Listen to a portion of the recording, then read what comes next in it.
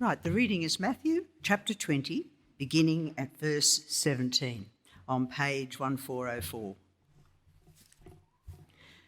Now Jesus was going up to Jerusalem. On the way, he took the 12 aside and said to them, "We are going up to Jerusalem, and the Son of Man will be delivered over to the chief priests and the teachers of the law. They will condemn him to death and will hand him over to the Gentiles to be mocked and flogged and crucified.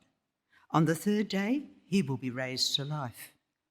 Then the mother of Zebedee's sons came to Jesus with her sons and, kneeling down, asked a favour of him. "What is it you want?" he asked. She said, "Grant that one of these two sons of mine may sit at your right and the other at your left in your kingdom." "You don't know what you are asking," Jesus said to them. "Can you drink the cup I am going to drink?" "We can," they answered. Jesus said to them, "You will indeed drink from my cup, but to sit at my right or left is not for me to grant. These places belong to those for whom they have been prepared by my Father." When the 10 heard about this, they were indignant with the 2 brothers. Jesus called them together and said, "You know that the rulers of the Gentiles lord it over them, and their high officials exercise authority over them. Not so with you. Instead, whoever wants to become great among you must be your servant, and whoever wants to be first must be your slave, just as the Son of Man did not come to be served, but to serve and to give his life as a ransom for many." This is the word of the Lord.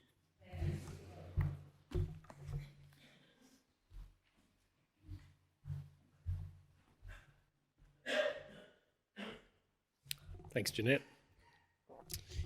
Well, what do mothers want on Mother's Day? Now, according to research, anyone who's planning to spend Mother's Day smothering their mother with love might want to just back off a little bit, because there's a strong chance that mums would actually rather have just some time to herself. Over 1,300 women who had at least one child over the age of 1 were polled, and the consensus was that their dream for Mother's Day would involve some time alone. But how much? 67% of women who responded said that an hour or more would be the dream. Unfortunately, most mums aren't getting their wish. When asked how much time alone they got on Mother's Day, just 15% of mums said they had an hour or more of blissful solitude. Well, you think that's bad. I'm afraid it gets worse. 40% of mums also said that they buy a Mother's Day card for their mother-in-law on behalf of their partner. Now, I read that and I had 2 thoughts simultaneously. That's atrocious, and I'm sure Jen's done that for me. When we ask what do mums want, I'm not sure that buying a card for your mother-in-law is on the definition of living the dream. But there we have it. There are many famous mums in the Bible. Eve, the mother of Cain and Abel. Sarah, the mother of Israel and the nation of Israel. Mary, mother of Jesus. Each of these mothers had wants. They wanted something, they desired something. And when you read about Jesus in the biographies of his life, known as the 4 Gospels, at the start of the New Testament, you get to see what most people want. Because most people have only one crack at asking for something from Jesus. And now, I don't know if you've noticed this, but when mums come before Jesus, do they ask him for time alone? Not really. They don't ask for breakfast in bed, do they? They ask for something concerning their kids, their child's health, their child's safety, not something for themselves. Now, that probably doesn't surprise you as you think of the mums that you know. Today, I just want to unpack one of those moments where a mum asks something for their child that Jeanette just read for us. We'll firstly see what the mum wants, and secondly see what the sons want, what her sons want, and then what Jesus wants, particularly what Jesus does for them and for us. So you can see the episode at the start of the New Testament, Matthew 20, page 1404. Page 1404. You got it open there? I'm almost there. So a mum had a request for Jesus, and you can see starting there in verse 20. Then the mother of Zebedee's sons came to Jesus with her sons and, kneeling down, asked a favour of him. Now, this is one of those, one of the only apostolic nuclear family that we know about in the Bible. Here we meet a mum who's no stranger to Jesus. In fact, she knew Jesus really well enough to ask something really risky and something really personal. Her two adult sons, James and John, these two guys are disciples of Jesus, and you could say that they were part of the inner circle along with Simon Peter. These guys were two of the fishermen that Jesus called to follow him earlier in this biography of Jesus. They left their dad Zebedee in the boat with the nets and followed Jesus. So this family has already made a significant investment in the ministry of Jesus.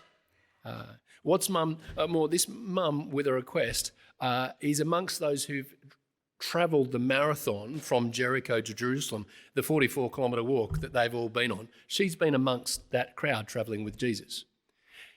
So this is no random mum that comes to meet Jesus, right? Either she is a follower of Jesus herself, or this is a tragic piece of helicopter parenting. You know, she knows Jesus well, and it's even possible that this lady was Jesus' auntie. We all know how hard it is to say no to an auntie. So what does Mrs. Zebedee, mother of the disciples and possible auntie of Jesus, ask of him? Verse 21, "What is it you want?" he asked. She said, "Grant that one of these two sons of mine may sit at your right and the other at your left in your kingdom." Now, we often think of kingdom come as a future prospect, something down the track. When will Jesus return? I'm not sure, but it could be a while. Whereas it's likely that Mrs. Zebedee thought Jesus' kingdom was a whole lot closer, a whole lot nearer. People were expecting that when Jesus rode into Jerusalem, that he was going to save them from the Roman Empire. And he did, but just not in the way that they were expecting. They were expecting a political solution. Romans out, Jewish leaders back in, and back to the glory days of King David and King Solomon. That's what there was an expectation of. And so when Mrs. Zebedee is asking for a seat at the table, a prominent seat for each son, she's talking about the kind of the victory meal after Jesus arrives and conquers the Romans in a couple of weeks, not in a couple of millennia. That's the ask here. She's imagining the table sitting in the palace with her boys up the top. She wanted for her sons glory and rank and honour. She's not asking for any seats at the table either. She's asking for the two most powerful posts in the kingdom. You know, the treasurer and the minister for foreign affairs. That's the kind of ask here. Now, I don't want to be too hard on her either, because she's a mother of a family who's sacrificed a great deal in the ministry of Jesus. At the very least, her question shows that she has faith, doesn't it? She wouldn't ask this if she thought Jesus wasn't going to succeed.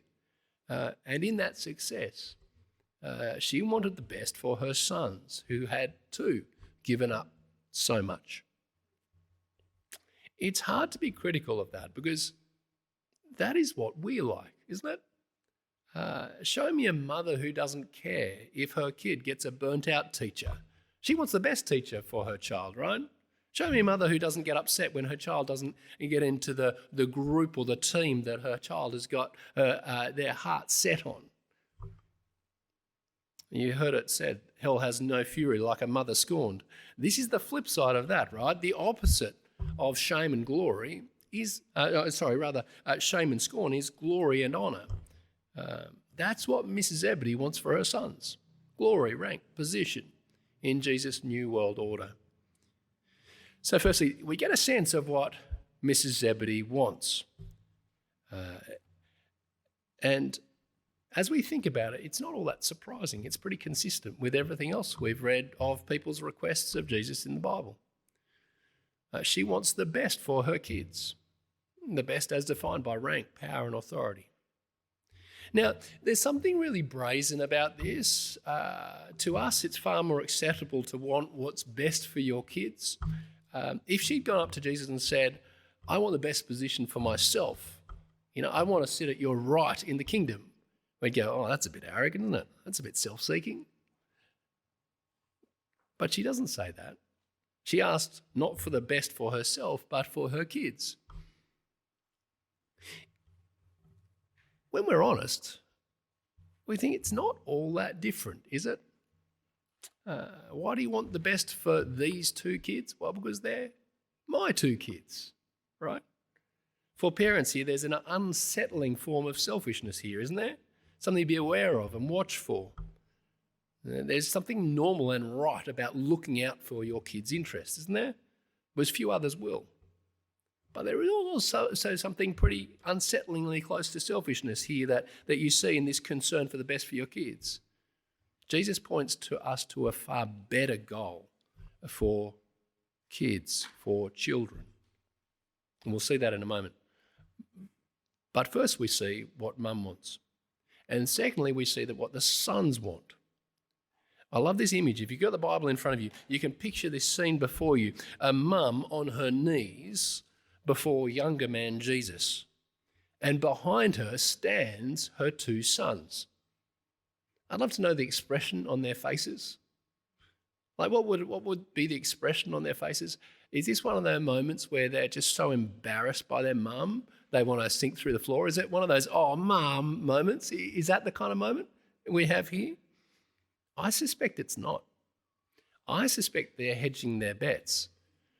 They might be worried that Jesus is going to go ballistic, because sometimes he does, but this might end actually quite well for them. I suspect they're there with avid interest on their faces as they wait for Jesus' answer. But do you notice Jesus' reaction to the question? Jesus takes it that their mother's request for glory and honour is actually the son's request for glory and honour for that position. He takes it that Mrs. Zebedee is not alone in wanting glory for her sons. Her sons are pretty keen on it too. And it is to them, to James and John, that Jesus directs his next words. Listen to what he says, verse 22. You don't know what you are asking, Jesus said to them, not her, them. Can you drink the cup I am going to drink? We can, they answered. We get to the stage in the conversation where they are saying the same words, but they're on different planets in terms of what they mean. You've had one of those conversations, haven't you?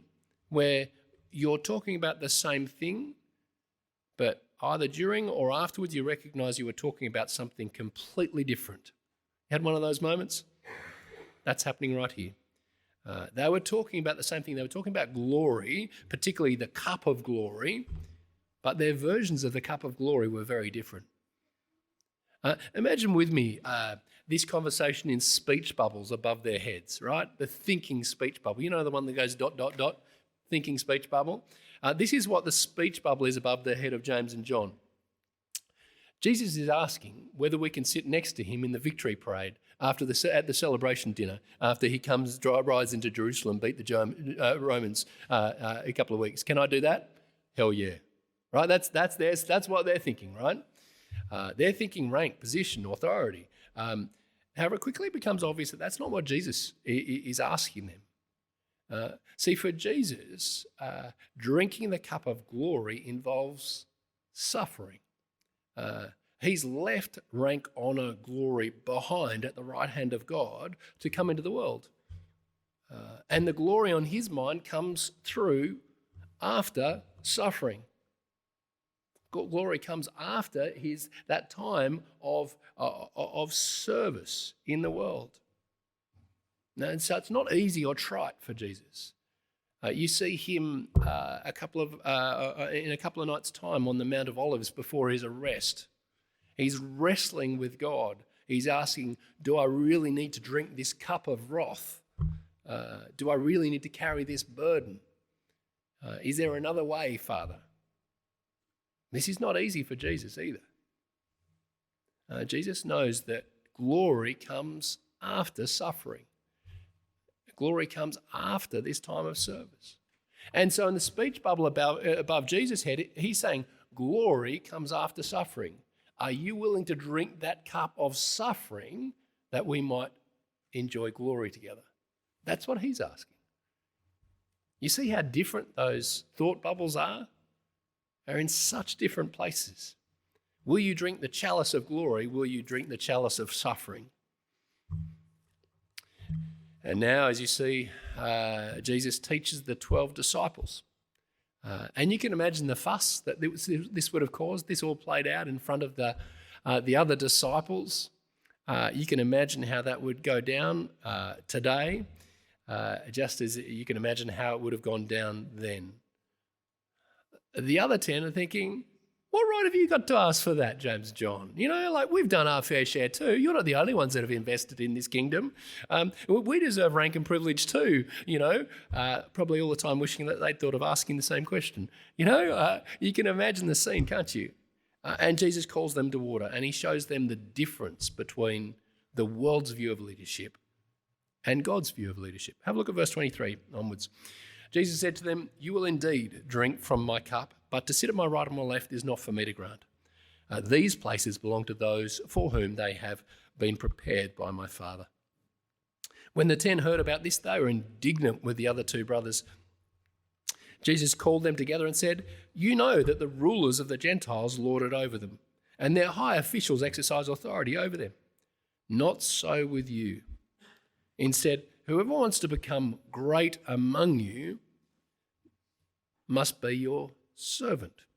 And whoever wants to be first must be your slave. Not so with you." They're strong words, aren't they? You want to be first? Go to the end of the line.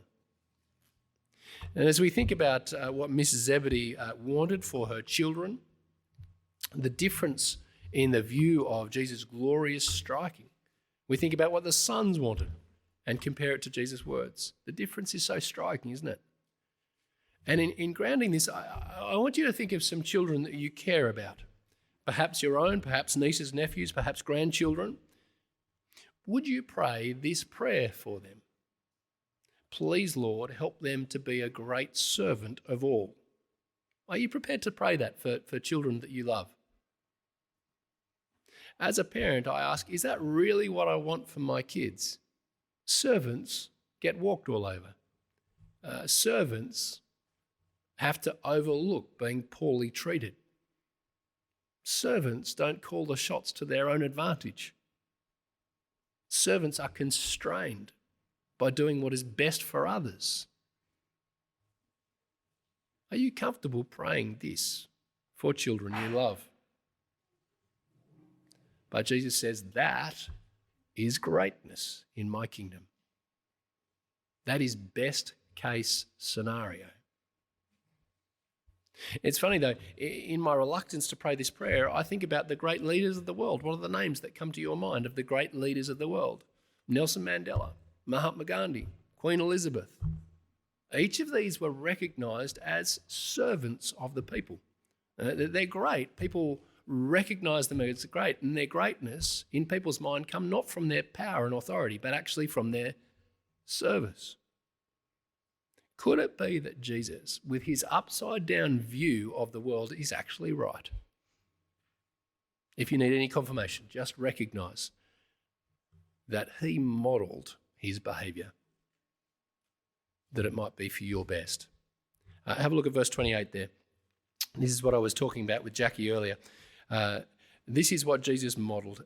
Verse 28, "Just as the Son of Man did not come to be served, but to serve, and to give his life as a ransom for many." Jesus didn't use his power to gain more power. which is what we're used to with leaders. But ultimately, Jesus willingly, intentionally lost everything to pay the slave price for you, to pay that slave bond, to release you from that pawn shop that you couldn't get out of by yourself. That's the idea here. The reality is that we're not a long way from Mrs. Zebedee. We're not miles from James and John. We want what is best for us. We want what is best for ours. Sometimes we can cloak our motives. Sometimes we can justify our actions. But really all that demonstrates is that we are ourselves slaves. We are uncontrollably out for ourselves. And God doesn't want that kind of behaviour in his kingdom. Our behaviour of being uncontrollably out for ourselves locks us out of his kingdom. Our behaviour locks us out of a relationship with him until someone pays for our behaviour, until someone pays that ransom price so that we might go free. Friends, you are bought at a price. The price was paid by Jesus. And when he paid it, he was not only saving you, he was actually showing you a different way to live. He was modelling the kind of behaviour that he calls for from those he saves. Martin Luther, the great Protestant reformer, said, a Christian is perfectly free, Lord of all, subject to none. A Christian is a perfectly dutiful servant, subject to all. It's hard to wrap our heads around how to live this out because it's so foreign to everyone that we're around. If you want to think some more about what Jesus has done to you, please do come along to Hope Explored, the course that Mark introduced to you earlier. Mark that on your card. That'd be a great place to start as you think about what Jesus has done for you. I don't want you to miss out on what Jesus has done for you. See, Jesus has freed us from being ambitious for ourselves so that we can be ambitious for others. He's freed us from needing accolades from others, affirmations, acknowledgements, so that we can actually seek accolades, acknowledgements from him through service of them. So this Mother's Day, we have an enormous challenge. We see in the request of Mrs. Zebedee something of ourselves. We see that James and John wanted what we too really want, and we recognise that Jesus doesn't want that attitude from us. He wants the opposite, not wanting what is best for me, but what is best for others. And that is so deeply challenging.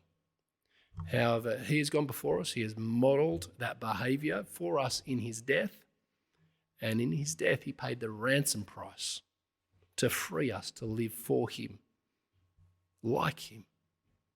Jesus gave his best for us, and he calls us to follow him. Let me lead us in prayer. Our dear Father in heaven, we do thank you for Jesus, for his call to be different from the world around us. And we're sorry that we are uncontrollably out for ourselves. Please forgive us. Thank you that Jesus died, paying the ransom for our thoughts, words, and actions. Please go to work on us and change us. Help us to be more like him. This we pray in Jesus' name. Amen.